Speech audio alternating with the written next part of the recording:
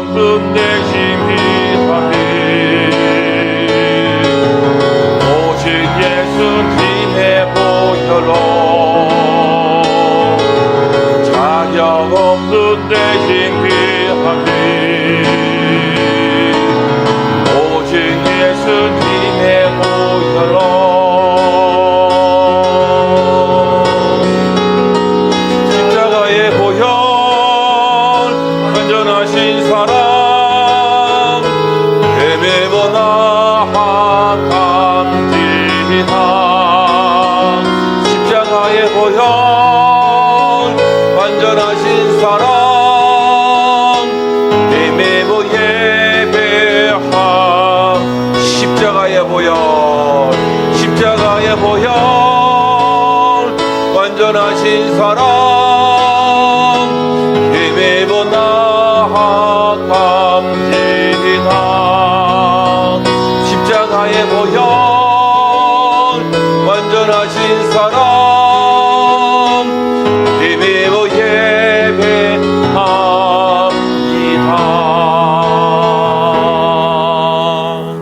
하나님은 영이시니 예배하는 자가 영과 진리로 예배할지니라. 아멘.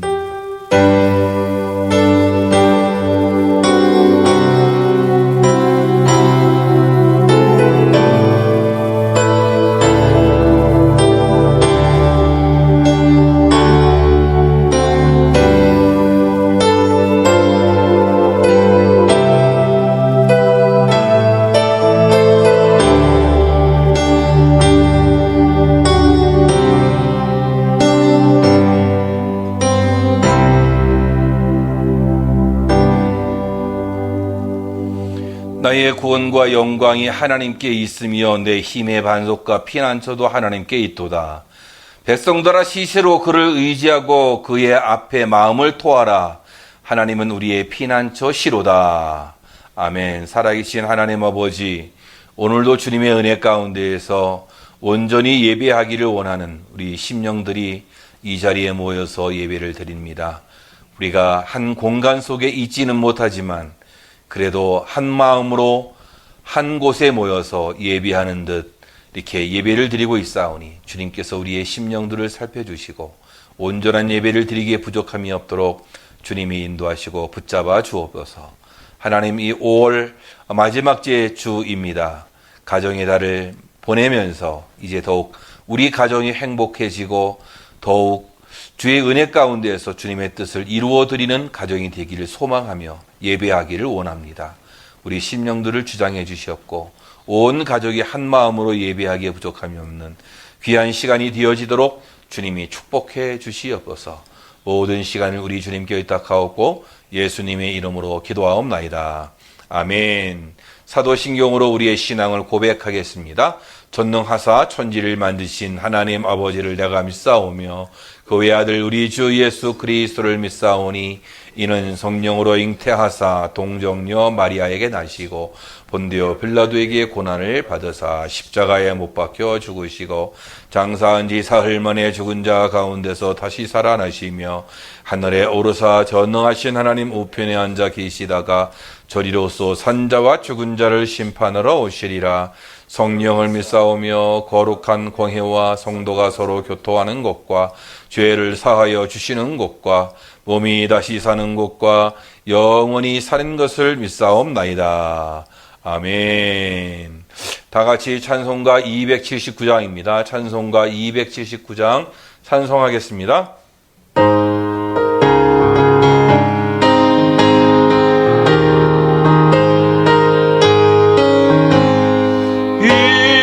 하신 것을 주여 내가 비모니 죄히 노라 하실 때에 날 부르소서. 주여 주여 내가 비모니 죄히 노라 하실 때에 날 부르소서. 자비하신 보좌 앞에 들어 엎드려 자복하고 회개하니 믿음 주소서. 주여 주여 내가 비오니 죄인노라 하실 때에 날 부르소서. 주의 공로 의지하여 주께 가오니 상한 마음을 고치시고 구원하소서.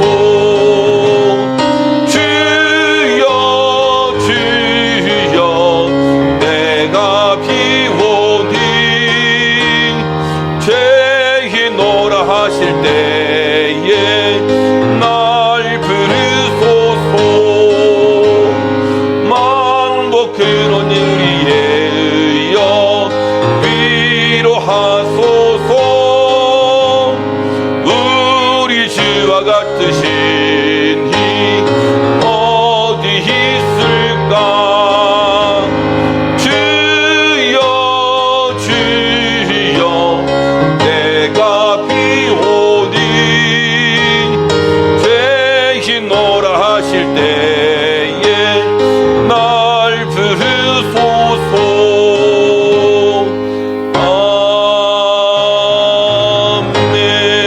아멘. 오늘 주실 하나님의 말씀은 시편 51편 10절에서 17절입니다. 시편 51편 10절에서 17절까지 말씀 다 같이 하나님의 말씀을 한 목소리로 합독하도록 하겠습니다. 시작. 하나님이여 내 속에 정한 마음을 창조하시고 내 안에 정직한 영을 새롭게 하소서. 나를 주 앞에서 쫓아내지 마시며 주의 성령을 내게서 거두지 마소서.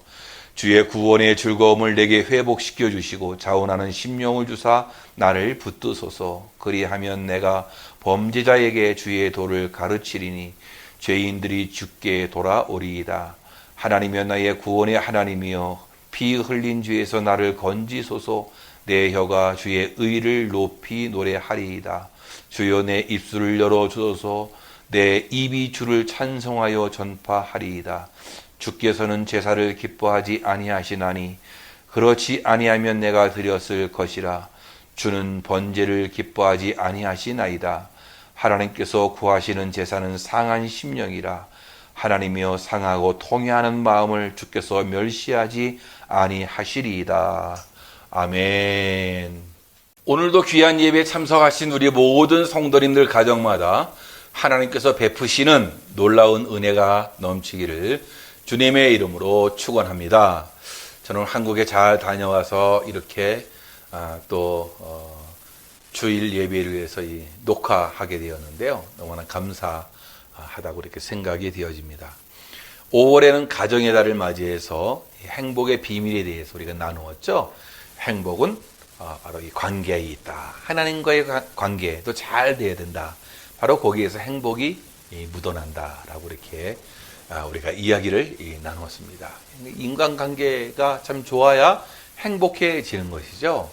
그래서 행복의 비밀을 바로 관계라고 이렇게 보았고, 두 번째로는 행복의 비밀은 바로 분별이라고 그랬어요. 이 세상에서 옳고 그름을 잘 분별하고 나가는 것, 잘 또 인생을 선택하면서 나가는 것이 행복으로 가는 길이다라고 이렇게 이야기를 나누면서 분별을 잘하기 위해서는 그 기준이 있어야 된다 그랬잖아요. 그것이 바로 하나님의 말씀이 우리 삶의 기준이 되어야 함을 우리가 나누었습니다. 뿐만 아니라 행복의 비밀은 감사에 있다 그래서요. 행복해서 감사한 것이 아니라 감사하기 때문에 행복해지는 그런 요지의 말씀을 나누면서 우리가 감사하면서 행복해지는 가정이 되기를 소망하면서 서로 나누었던 것입니다. 뿐만 아니라 이 행복의 비밀이 어디 있느냐? 바로 이 하나님의 긍휼하심에 있다. 우리 모든 인류는 하나님의 긍휼하심을 입게 된 거죠. 우리가 구원받은 것도 하나님의 긍휼하심이에요. 이게 바로 행복이 아니겠어요? 하나님의 긍휼하심을 받으면 행복하게 되어지는 거예요. 저와 여러분들의 가정이 다 이렇게 하나님의 긍휼을 받는 그런 가정인 줄로 믿습니다. 오늘 말씀은 이제 그런 겁니다. 특히 관계에서 생기는 이 감정의 치유가 행복해지는 이유가 된다는 것이에요. 참 우리 안에 이 감정이 뒤틀리고 어긋나고 참 이 잘못된 경우가 많아요. 이 감정이 상한 감정이 되어서 상처 입은 감정이 되어서 그것이 우리로 하여금 불행하게 만드는 일들이 이 세상에 많이 있는 것 같아요. 그래서 오늘 말씀을 어떻게 보면은 상한 감정의 치유라고 이렇게 볼 수 있겠는데요. 이것이 믿음과 무슨 상관이 있느냐라고 할 수 있겠어요. 그렇지만 사람은 감정의 동물이에요. 하나님을 믿는 믿음에도 이 감정이 포함되고 있다라는 것이에요. 우리의 감정을 가지고 하나님을 섬겨야 하고 믿어야 함을 우리는 분명히 알아야 되겠습니다. 게리 스몰리라고 하는 분이 관계 DNA라는 책을 썼는데 거기에서 그런 말을 했어요. 인생은 관계다. 나머지 것은 부수적인 것이다.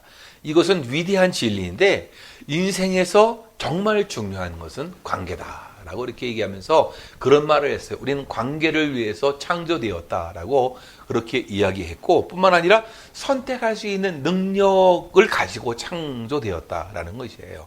뿐만 아니라 스스로에 대해서 책임질 수 있는 존재로 창조되었다라고 그렇게 강조했는데요. 이 말은 뭐죠? 관계를 위해 창조된 우리들이 선택한 관계가 있지만 그 선택된 관계에 책임을 져야 하는 존재다라는 그런 이런 말이에요.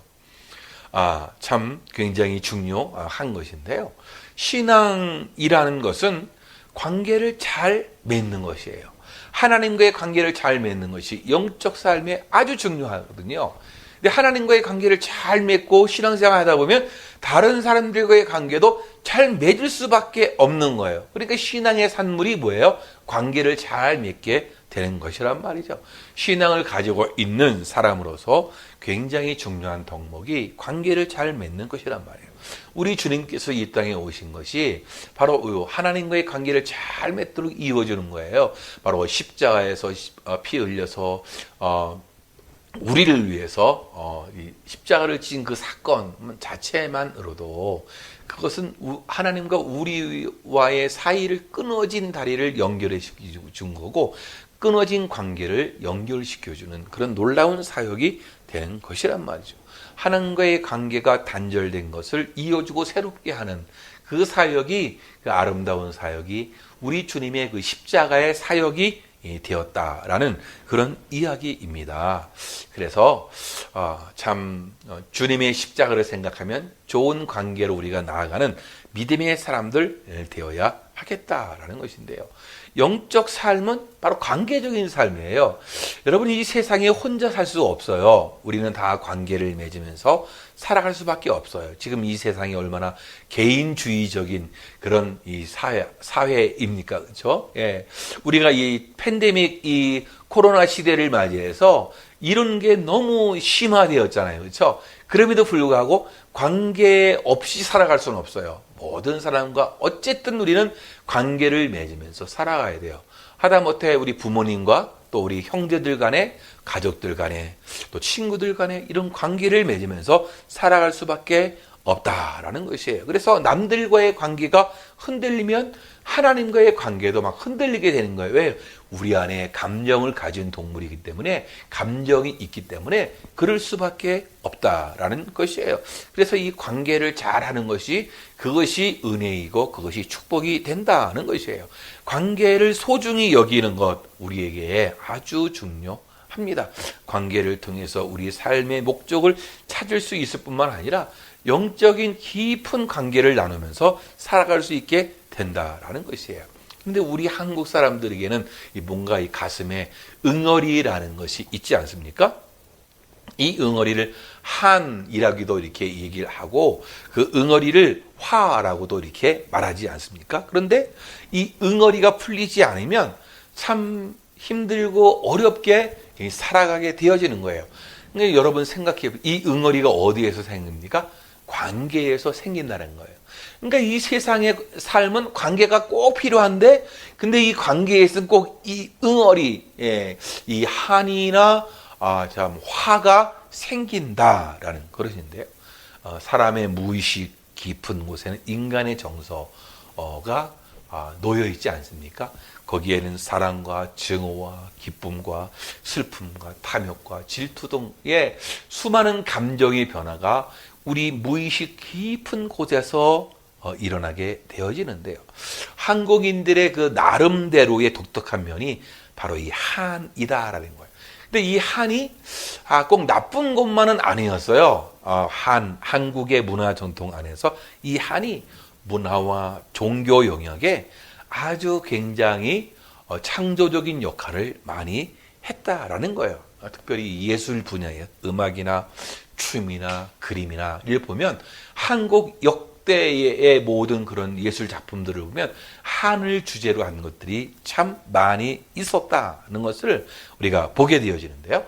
이 한은 사람들이 일상생활에서 경험하는 감정과 기분의 질을 결정하게 되는 것이에요. 이로 인해서 한은 한국인의 정세, 또 정신, 또 정신적 장애를 일으키는 그런 장본인이 되기도 했다라는 것이에요. 그래서 우리가 이제 알아야 하는 것은 바로 그런 거예요.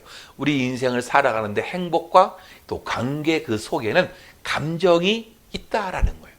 하나님은 우리를 감정적인 존재로 창조하셨습니다. 우리에게 다가오는 감정 그대로를 존중해야 한다는 의미가 아니라 우리 감정을 잘 다스려야 한다는 의미인 것입니다. 이 감정은 우리 깊은 곳에 숨겨져 있어요. 때로는 사람들에게 드러나지 않아요. 그렇지만 결과적으로 감정은 드러날 수밖에 없다는 것이에요. 숨겨진 우리의 감정에 따라서 말씀을 받는 우리의 마음도 달라질 수 있다는 거예요. 다른 사람에 대한 우리의 자세도 달라질 수 있어요. 그래서 이 감정이 너무나 중요한데요. 감정들의 압축은 이 억압과 관련되어 있어요. 인간의 감정이 오랫동안 억압되면 내부로 향해서 어떻게 한이 되어지는 거죠. 그렇죠? 감정의 억압이 있는 곳에 한이 서리게 되어 있다라는 것이에요. 이 억압된 감정의 그 밑바닥에는 좌절과 심리적인 고통의 경험으로부터 오는 심적인 그런 상처들이 있다라는 거예요. 한국 사람들에 있어서 세 가지 한으로 분류하는데요.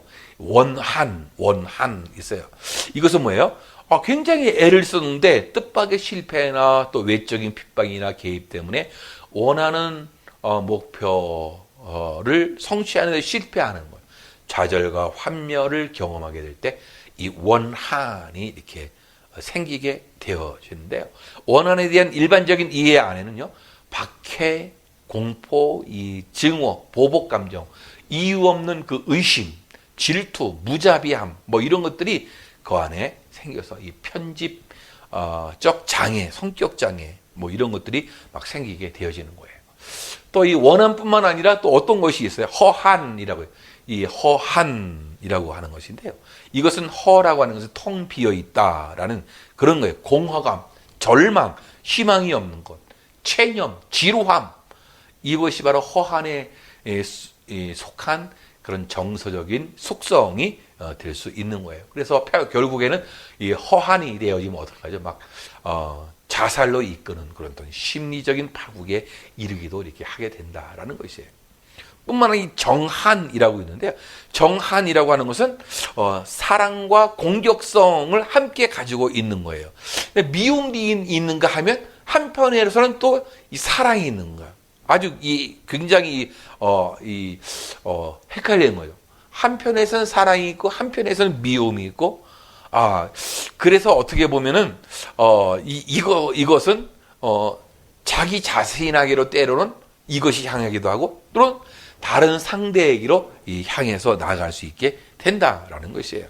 그래서 이것이 때로는 이 심각한 우울증으로 나가기도 하는 것을 우리가 발견하게 되어져요. 그래서 우리가 원한과 허한과 이 정한 세 가지 대해서 이렇게 나누었는데요. 그렇습니다. 그래서 우리들의 이 상한 감정의 회복과 치유가 있어야 하겠다라는 거예요. 오늘날 많은 사람들이 육체적인 질병보다는 감정상의 문제를 앓고 있어요. 그리고 육체적인 질병이기는 하나 그 원인을 살펴보면 사실상 감정이나 또 영적인 부분의 장애 때문에 신체적인 기능에 손상이 오고 기관의 장애가 오는 그런 경우가 많이 있게 되어져요. 대개의 경우에 신체가 손상되었을 때보다 감정상의 상처를 입었을 때 그 고통은 크고 더 심각하게 된다라는 것이에요. 왜냐하면 이 기독교적인 경험 중에서 감정이란 그렇게 중요한 것으로 취급되지 않았어요. 그렇지만 감정의 문제는 여전히 남아 있다라는 것이에요. 감정이라는 것은 의견이 다르기 때문에 일어날 수 있는 것이고 말 때문에 생겨날 수도 있어요. 또 감정은 자기에게 좋게 대하여 주지 않기 때문에 생길 수도 있고 다른 사람의 그 행동과 태도에 따라서 생기게 되어지는 거. 일이 잘 되지 않아서 감정이 상할 수도 있게 되는 거. 소외당하거나 두렵거나 슬프거나 우리 속에서 감정이 작용하는 것이에요. 이에 따라서 관계가 결정이 된다라는 것이에요. 그래서 우리가 이 사람들과의 사는 삶 속에서는 이 관계에는 이런 감정이 있다라는 것이에요. 그래서 이 감정을 잘 다루어야만 우리가 하겠는데요. 그런데 우리가 알아야 하는 것은 관계 속에는 감정이 있는데 치명적으로 감정을 상하게 하는 것이 뭐냐? 바로 이 죄 때문에 그렇다라는 것이에요. 이 죄라고 하는 것은요, 우리의 삶에 깊이 관여되고 있어요.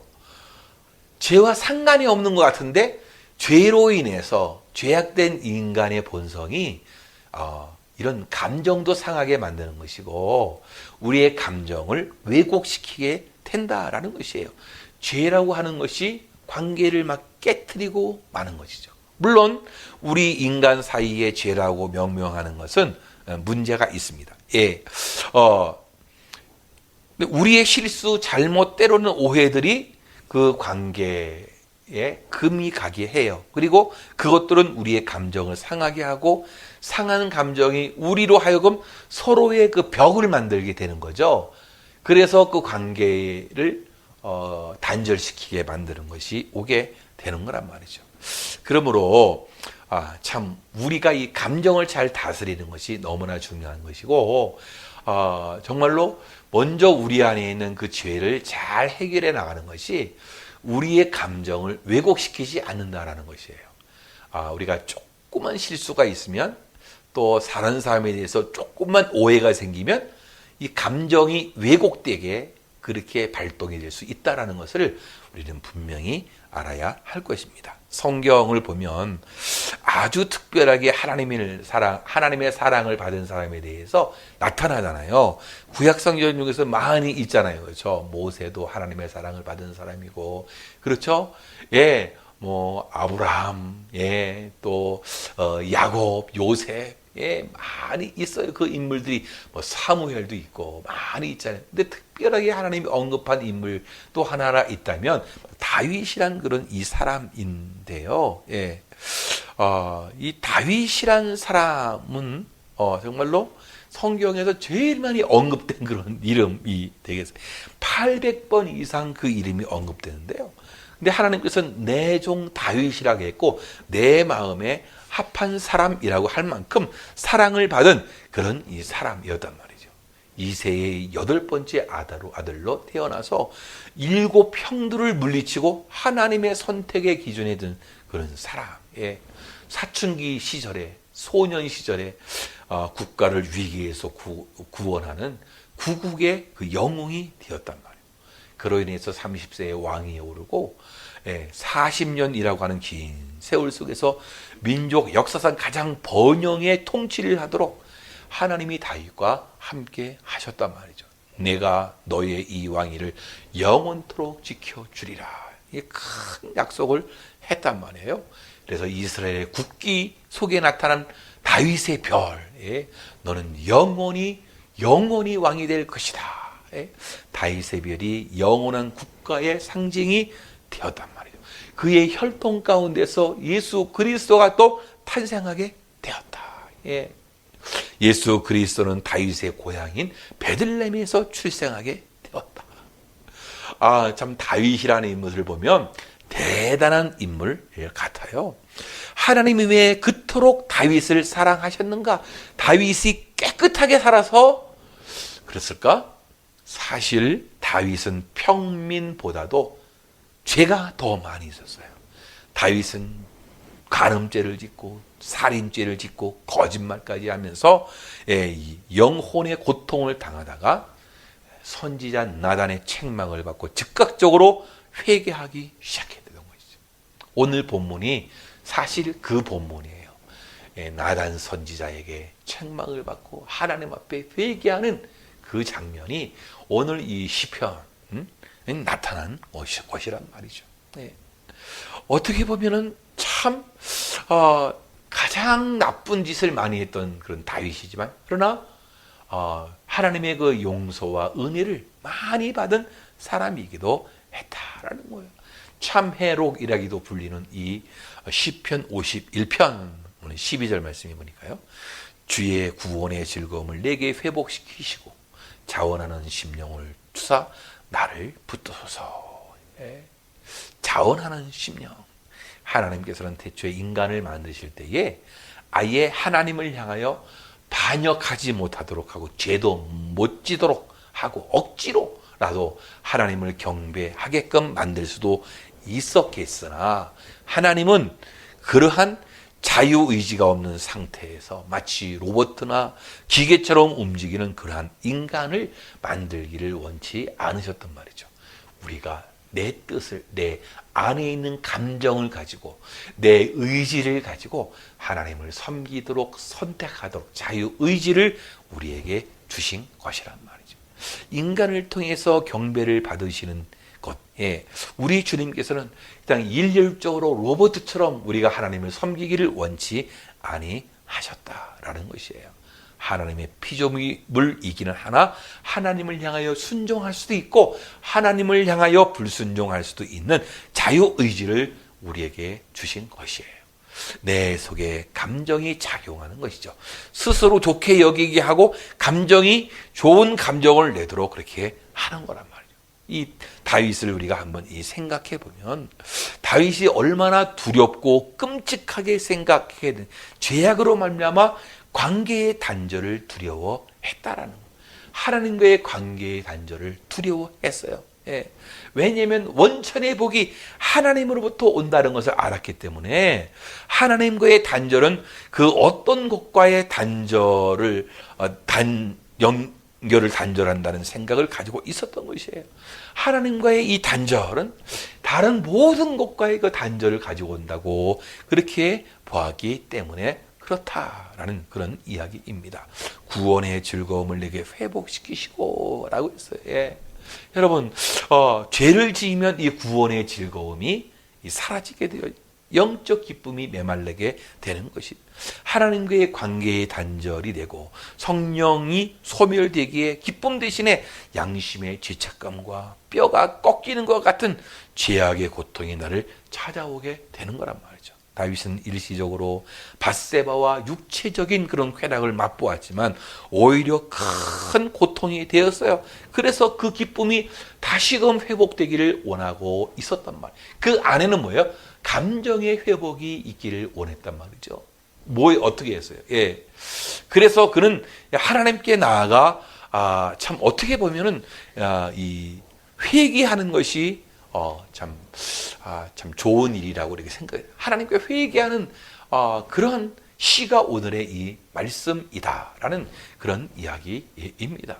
사랑하는 성도 여러분, 그렇습니다. 우리 안에 있는 죄, 이 죄가 해결돼야 감정이 왜곡되지 않고 오해하지 않게 되는 거죠. 근데 우리는 작은 말 한마디에 굉장히 오해를 하고 참 남을 오해하는 경우가 많이 생기게 된단 말이죠. 우리 안에 있는 그 인간의 이 죄성 때문에 그렇게 된다라는 거예요. 그래서 이 크리스천이 꼭 이겨야 할 마음의 죄라고 하는 이 제리 브리지스라는 분이 그런 이야기를 했어요. 걱정과 좌절, 하나님을 신뢰하지 않는 죄라는 얘기예요. 또 불만족, 상황을 받아들이지 않는 죄라는 얘기예요. 감사하지 않는 죄, 하나님의 은혜를 당연히 여기는 죄라는 거예요. 시기와 질투, 타인을 경쟁자로 여기는 죄라는, 허위죄, 남을 깎아내리는 죄, 이기심, 다른 일을 돌보지 않는 죄, 자제력, 욕구의 지배에 당하는 죄, 참을성 없음과 성급함, 모든 것을 내 기준에 맞추는 죄, 불경건함, 하나님이 없는 죄, 교만, 자기를 높이는 죄, 분노, 해결하지 못한 이기심의 죄, 비판, 감히 하나님의 역할을 침해하는 죄, 세속성, 세상의 가치관을 따르는 죄라고 했어요. 이게 다 죄라고 하니까 우리가 여기 안 걸리는 게 어디 있겠어요? 예, 그렇습니다. 죄가 우리의 감정을 왜곡시키는 경우가 많이 있어요. 그래서 자신의 감정을 심각하게 침해하는 죄들이라는 것이란 말이죠. 관계를 악화시키고 관계를 단절하게 하는 이 괴물을 물리쳐야 한다는, 누구든지 다 이 괴물이 있는 거예요.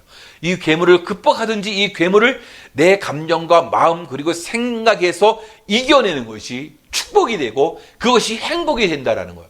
이 감정을 이겨내야 한다라는 것이에요. 마음의 죄, 우리의 감정을 일으키는, 왜곡시키는 그 죄를 우리가 이겨낼 수 있게 되어져야 한다라는 거예요. 그렇다면 잘못된 감정의 치유와 회복은 어떻게 이루어지느냐? 바로 회개와 용서를 통해서 이루게 되어진다라는 것이에요. 감정은 언제나 계속해서 죄로 인한 모든 왜곡과 상처로부터 깨끗이 씻겨져야 하고 치유돼야 하는 거예요. 감정이 정화돼야 한다라는 거예요. 그래서 이 오늘 말씀에서 다윗은 하나님이여 내 속에 정한 마음을 창조하시고 라고 그렇게 했어요.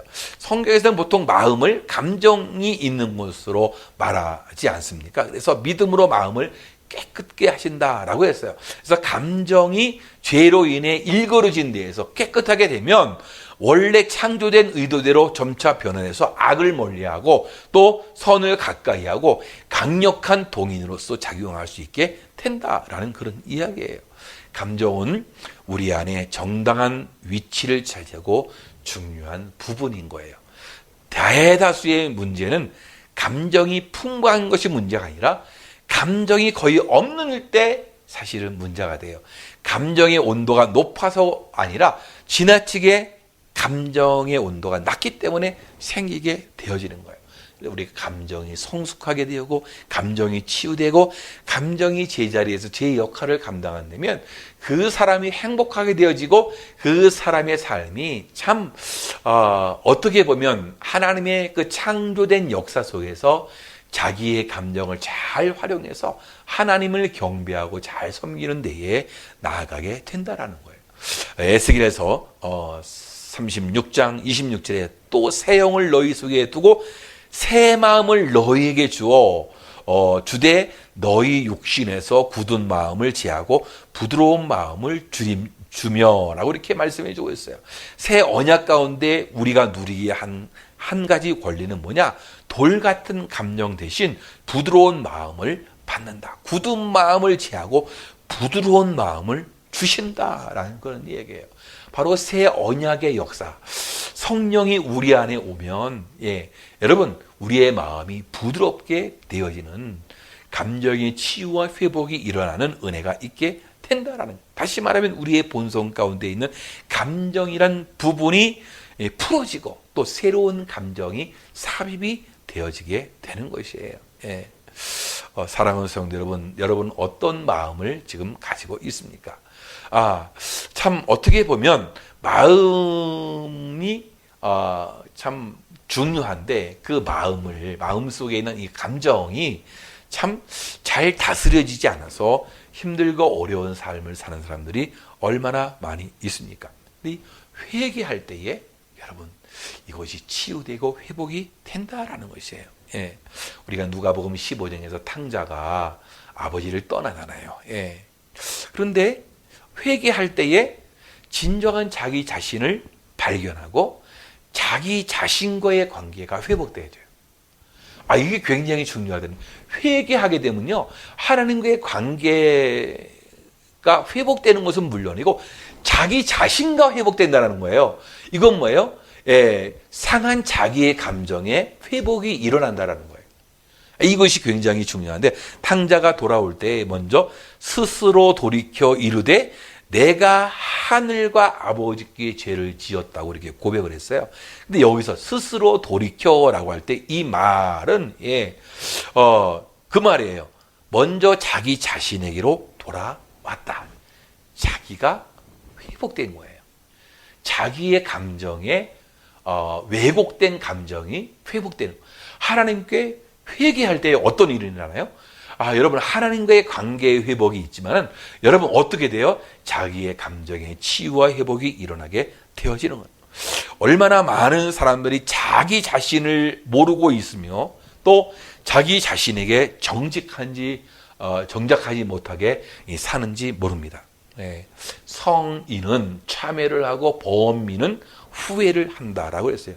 참회나 후회나 그게 그건 것 같이 들릴지 모르지만 성인은 한 번 뉘우치고 범인은 두고두고 뉘우친다라는 그런 이 의미가 되겠는데, 여러분 아무리 후회하나 참회하지 않으면 안 돼요. 성인이 뭐예요? 회개하고 나갈 줄 아는 거예요. 참회하는 것이란 말이죠. 어떻게 보면 우리 주님이 우리를 위해서 이 십자가에서 우리의 모든 죄를 다 용서해 주시지 않았어요?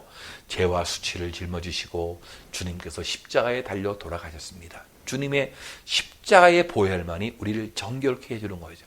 주님만이 우리에게 정결한 마음을 주시는 거 아니겠어요? 그렇죠?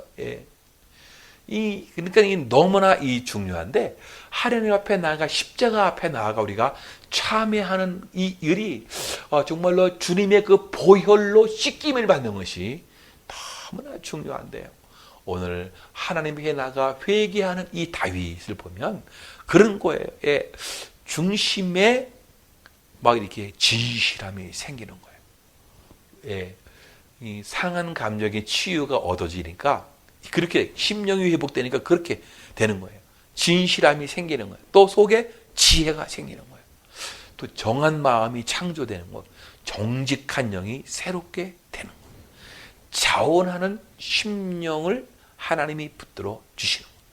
상한 심령으로 깨어지게 되는 거예요. 통회하는 마음으로 낮아지게 되어지는 거예요. 마음이 너무나 중요한데 그 마음에 이 감정이 있다라는, 이 감정이 굉장히 우리 삶에 너무나 중요한 거예요.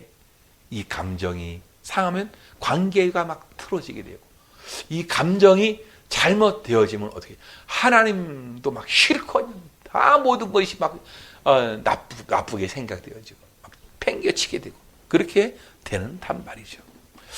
시편 69편 32절에 하나님을 찾는 너희들아 너희 마음을 소생하게 할지어다. 너희 마음을 새롭게 할지어다. 너희 마음을 소생하게 할지어다. 마음에 다시 힘을 얻고 소생되기를 주님의 이름으로 축원합니다. 여러분, 이 잘못된 감정의 치유와 회복은 이런 회개를 통해서 있게 됩니다. 오늘 참회의 시를 읊고 있는 이 다윗에게 있어서 그 상한 심령으로 주님께 나아가 우리 주님께서 그것을 더 원하고 있다라는 그런 사실이에요. 그래서 우리 안에 엉클어진 그런 응어리, 여러분 감정의 그 잘못된 왜곡된 것들을 우리가 풀어내야 할 텐데 어떻게 풀어내겠어요? 바로 우리가 회개함으로 한다 했잖아요. 오늘 또 구체적으로 나눈다면 용서함으로 일어나는 거예요. 용서는 자신 안에 있는 미움의 응어리를 풀어버리는 거예요. 용서하지 않으면 가슴으로 하나님을 만나지 못하는 거예요. 내가 하나님께 용서받았다는 확신이 있는 사람은 다른 사람을 용서할 수 있는 것이에요. 용서하지 않으면 또 그런 이성을 만나게 되고 또 용서하지 않으면 그런 사람을 막 닮아가 되어지는 거예요. 용서는 결단이에요. 용서는 누구를 용서하는 이의 유익을 위해서 하는 것이에요. 그냥 용서는 용서하기에는 그냥 억울하다는 분이 그랬어요. 그러나 용서하지 않으면 계속 억울함과 원통함 속에서 살아가게 된다라는 것이에요. 그래서 용서는 용서는 과정이에요. 한 번 했다고 끝나는 것이 아니에요. 그렇습니다. 아직도 마음에 남아 있게 되면 저번에 다 용서했는데 여러분 말은 했어도 마음은 용서하지 않을 수 있다라는 거예요. 자꾸만 떠오르면 마음이 불편하고 해진단 말이에요. 다시 용서해야 돼요. 그러니까 이 용서는 과정이 되는 거예요. 용서와 이게 은혜예요. 하나님이 우리를 용서하셨다는 은혜를 기억하는 거죠. 사랑하는 성도 여러분, 우리 관계의 응어리, 감정의 응어리, 이런 악순환의 응어리 있잖아요. 풀려면 용서가 필요해요. 또 기도로 풀어야 된단 말이죠. 마음에 있는 것을 꺼내어서 하나님 앞에 고백하는 기도예요. 이것이 우리가 회개도 그렇죠. 회개도 이렇게 하는 거예요. 우리가 그렇게 할 때 우리의 영혼이 살아나고 회복되고 세움을 얻게 된다는 것이에요. 그래서 이 기도는 토하는 거예요. 오한을 진술하고 원통함을 토해내는 거예요. 마음에 있는 것을 토해내는 거예요. 인생의 응어리를 기도로 풀어내는 거예요. 땅에서도 풀면 하늘에서 풀리는 거예요. 다윗이라는 사람은 마음의 원통함을 다 하나님의 토해내는 거예요. 쏟아내는 거예요. 하나님 앞에서 원통함을 품지 않을 수 있었던 것은 하나님께 다 이게 쏟아내니까 그가 진정한 마음의 치유와 회복을 얻을 수 있게 된다라는 것이에요. 그의 시편들을 살펴보면 때로는 막 저주와도 같은 막 말들을 막 쏟아낸다라는 거예요. 그러니까 우리 마음에 있는 상한 감정을 막 토해내는 거예요. 안 좋은 감정을 막 토해내는 거예요.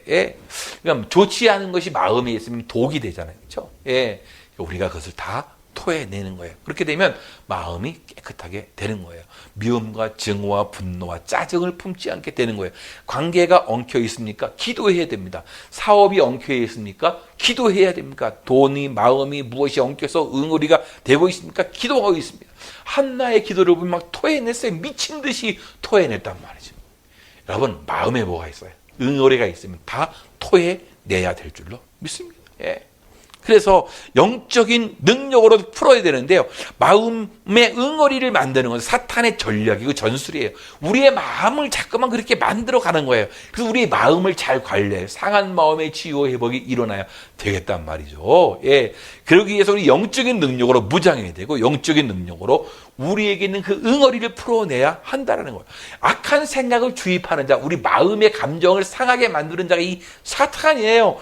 나쁜 생각을 만들고 신앙의 공동체를 어지럽히게 한단 말이죠.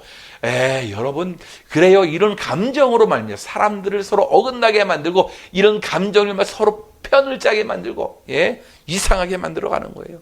사탄은 사람을 통해서 회방하는 거예요. 그런 사람들끼리만 모이게 만들어요. 영적 능력이 있는 사람은 믿음으로 이길 수 있어요. 영적인 능력을 받기 위해 기도하고 찬양하고 말씀으로 충만해야겠죠. 굉장히 중요한 이 사안이라는 것을 우리가 알고 나아가야 되겠다라는 것이에요. 사랑하는 성도 여러분, 그렇습니다. 우리 행복의 비밀 마지막 시간, 우리 감정의 치유에 대해서 나누고 있는 거예요. 정말로 우리 안에 이 상한 감정이 치유돼야 해요. 그것이 회복되어야만 관계도 행복해지고 우리 행복한 삶을 살아갈 수 있어요.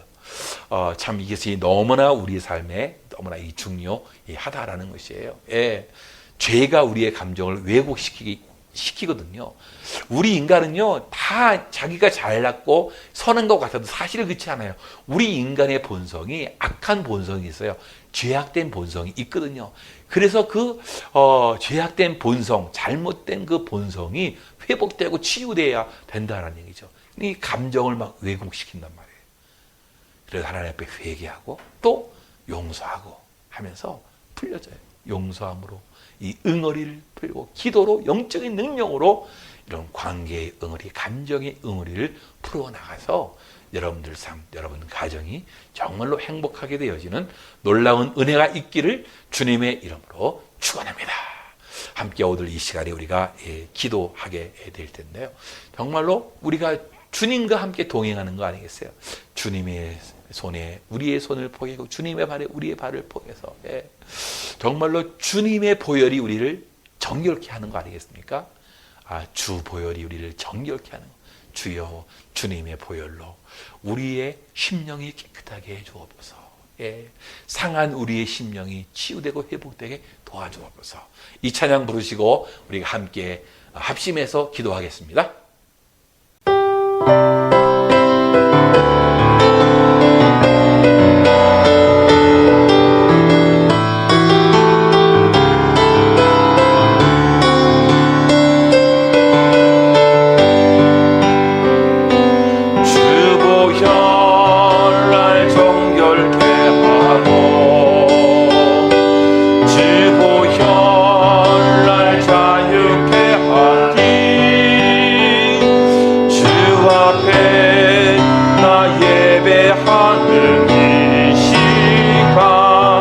나의 모든 것을 주께 드리네. 주의 손 날 위에 지키셨고 주의 발 날 위에 박히셨으니 이제는 내가 사는 것이 아니요 오직 주를 위해 사는 것이라.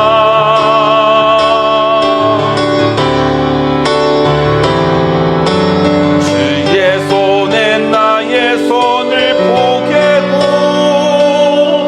또 주의 발에 나의 발을 포개요.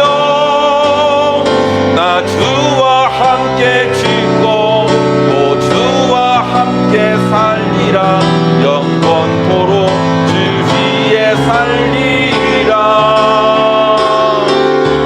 주의 손에 나의 손을 포개고 또 주의 발에 나의 발을 포개요. 나 주와 함께 죽고 또 주와 함께 살리라. 영원토록 주 위에 살리라. 주 위에 살리라. 사랑하는 성도 여러분, 오늘 이 시간에 우리가 합심해서 통성으로 기도하기 원합니다. 주님의 보혈로 우리 안의 감정을 잘 다스리도록 인도해 주옵소서. 상한 감정의 치유와 회복이 있을 수 있도록 인도해 주옵소서. 죄로 말미암아 침해받은 우리의 감정이 회개와 용서로 치유되고 회복받을 수 있도록 주님 인도하시고 붙잡아 주옵소서. 그리함으로 우리 가정이 행복해지고 일터가 행복하게 되고 우리의 자녀들의 삶도 행복하게 될 수 있도록 인도해 주옵소서. 특별히 자라난 우리 자녀들, 감정이 잘 다스려지는 그런 자녀들 되게 하시고, 그래도 좋은 관계 속에서 인생이 평안해지도록 우리가 기도하기를 원합니다. 합심해서 오늘 이 시간에 우리의 감정을 위해서, 그 감정 회복된 감정을 위해 좋은 또 관계를 누릴 수 있도록 합심해서 통성으로 기도하겠습니다. 하나님 아버지, 하나님의 은혜와 사랑을 감사합니다. 오늘 이렇게 주님 앞에 나와 기도하게 하시니 감사합니다. 주여, 주님의 보혈로 우리 안에 감정을 잘 다스리게 하시고 아버지 상한 감정의 치유와 회복이 있을 수 있도록 주님이 인도하시고 붙잡아 주시옵기를 간절히 빌고 기도합니다. 하나님 아버지 인도해 주옵소서. 하나님 아버지, 죄로 인해 침해받은 우리의 감정이 아버지 회개함으로 용서받게 하시고 회개함으로 아버지 새로워지게 하시고 하나님 아버지 우리 안에 정직한 영이 새롭게 되는 아름다운 은혜를 경험할 수 있도록 우리 주님이 축복하여 주셨기를 간절히 빌고 기도합니다. 하나님 아버지 용서하게 하여 주셨고 그래서 치유와 회복이 일어나는 우리들 될 수 있도록 인도하여 주셔서 이 세상을 살아가면서 사람들과의 관계 속에 일어나는 수많은 감정들이 아버지 상한 감정이 치유받을 수 있도록 주님 인도하시고 붙잡아 주셨기를 간절히 빌고 기도합니다. 하나님 아버지 도와주시고 인도해 주심으로 그리함으로 우리 가정이 행복하게 되고 우리의 일하는 일터가 행복하게 되어지고 우리의 자녀들이 아버지 하나님이여 행복한 삶을 살아가기에 부족함이 없도록 우리 주님 인도하여 주셨기를 간절히 빌고 기도합니다. 하나님의 놀라우신 은혜가 있기를 소망하오니 하나님 아버지 능하신 손으로 붙잡아 주시고 인도하여 주시옵소서. 주님의 능하신 손으로 붙잡아 주셨길 원하오니 특별히 우리의 자녀들 하나님 아버지여 정말로 그 심령 속에 아버지 하나님 감정이 잘 다스려질 수 있도록 인도해 주옵소서. 아버지 좋은 감정 가지고 좋은 관계를 누리고 행복한 인생 평안한 인생을 살아가기 부족함이 없도록 우리 주님이 인도하시고 붙잡아 주시옵기를 간절히 빌고 기도합니다. 주님이여 도와주시옵소서. 주님의 능하신 손으로 붙잡아 주시옵기를 간절히 빌고 기도하오니 하나님 아버지 도와주시옵소서. 이제 내가 사는 것이 아니요 오직 주를 위해 사는 것 우리들 되어지도록 인도해 주시옵소서. 주님의 능하신 손으로 붙잡아 주시고 아버지 주와 함께 죽고 주와 함께 살아가는 영원토록 주를 위해 사는 우리들 될 수 있도록 주님 도우시고 인도해 주시고 하나님께 영광 누릴 수 있도록 우리 주님 도와주시옵기를 원합니다. 주님께서 우리를 도와주옵소서. 주님의 능하신 손으로 붙잡아 주시고 인도해 주시는 것들이 주님께 영광 누릴 수 있도록 인도해 주시옵소서. 아버지 함께 해주옵소서. 아버지 주의 손에 나의 손을 포개고 또 주의 발에 나의 발을 포개요. 나 주와 함께 짓고 또 주와 함께 살리라. 영원토록 주 위에 살리라. 주 위에 살리라. 예수님의 이름으로 기도하옵나이다. 아멘. 준비하신 예물 하나님께 드리겠습니다.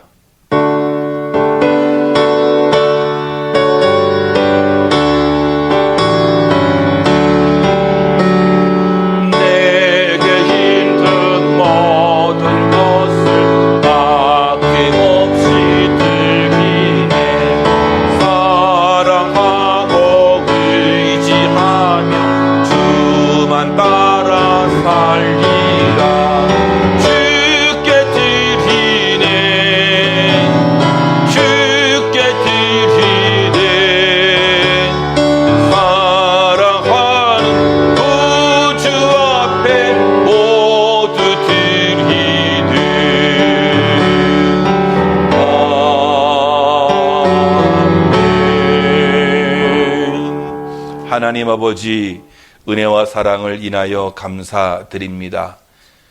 우리로 하여금 주의 백성 삼아 주시옵고 하나님 자녀 되어서 이 땅에 살아가는 동안에 하나님의 은혜를 덧입어서 살아가기에 부족함이 없도록 인도해 주심으로 오늘도 이 자리에 다 섰습니다.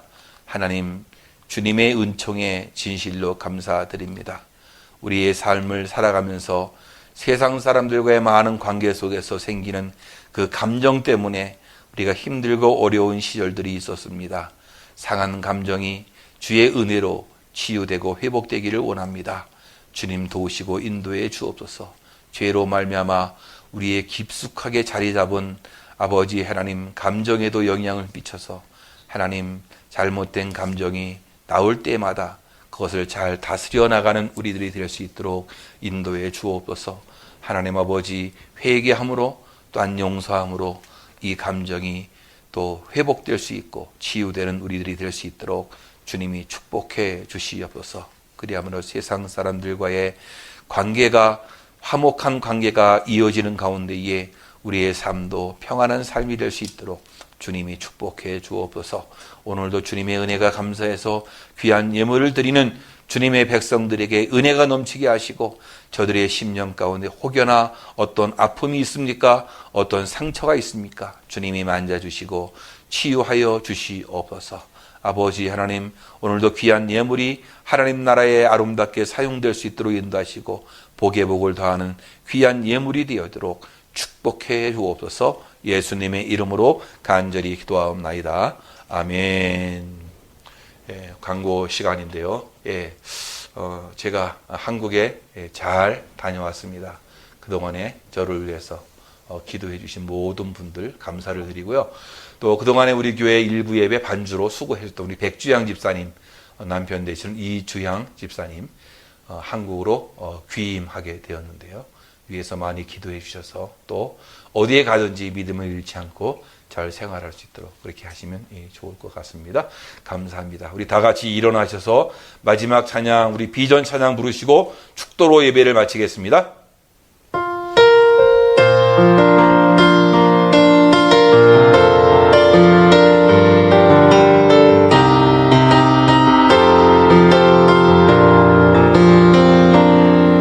우리에겐 소원이 하나인데 주님 다시 오실 그날까지 우리 가슴에 새긴 주의 십자가 사랑 나의 교회를 사랑케 하네. 주의 교회를 향한 우리만을 희생과 포기와 가난과 고난 하물며 즐거움조차 우릴 막을 수 없네. 우리 교회는 이 땅의 희망, 교회를 교회되게 예배를 예배되게 우리를 사용하소서. 진정한 기흥의 날 오늘 임하도록 우리를 사용하소서. 성령 안에 예배하리라. 자주의 마힘으로 사랑으로 사역하리라. 교회는 생명이니 교회를 교회되게 예배를 예배되게 우리를 사용하소서. 진정한 기흥의 날 오늘 임하도록 우리를 사용하소서.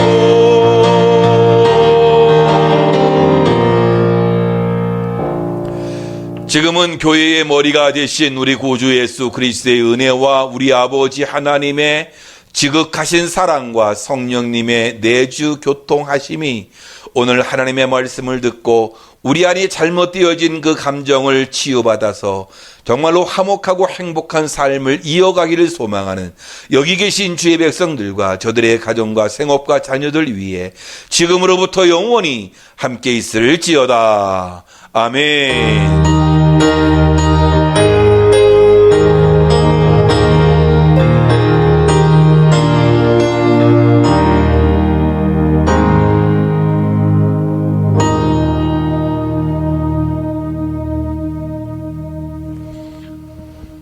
이상으로 주일 예배를 마치겠습니다. 예배 드리시느라고 다들 애쓰시고 수고하셨습니다. 예, 우리 가족들하고 인사 나눕시다. 사랑합니다. 이렇게 인사합시다. 시작. 사랑합니다. 예, 주님의 사랑으로 여러분 가정이 늘 화목하기를 주님의 이름으로 축원합니다. 감사합니다. 다음 주에 또 만나 뵙겠습니다.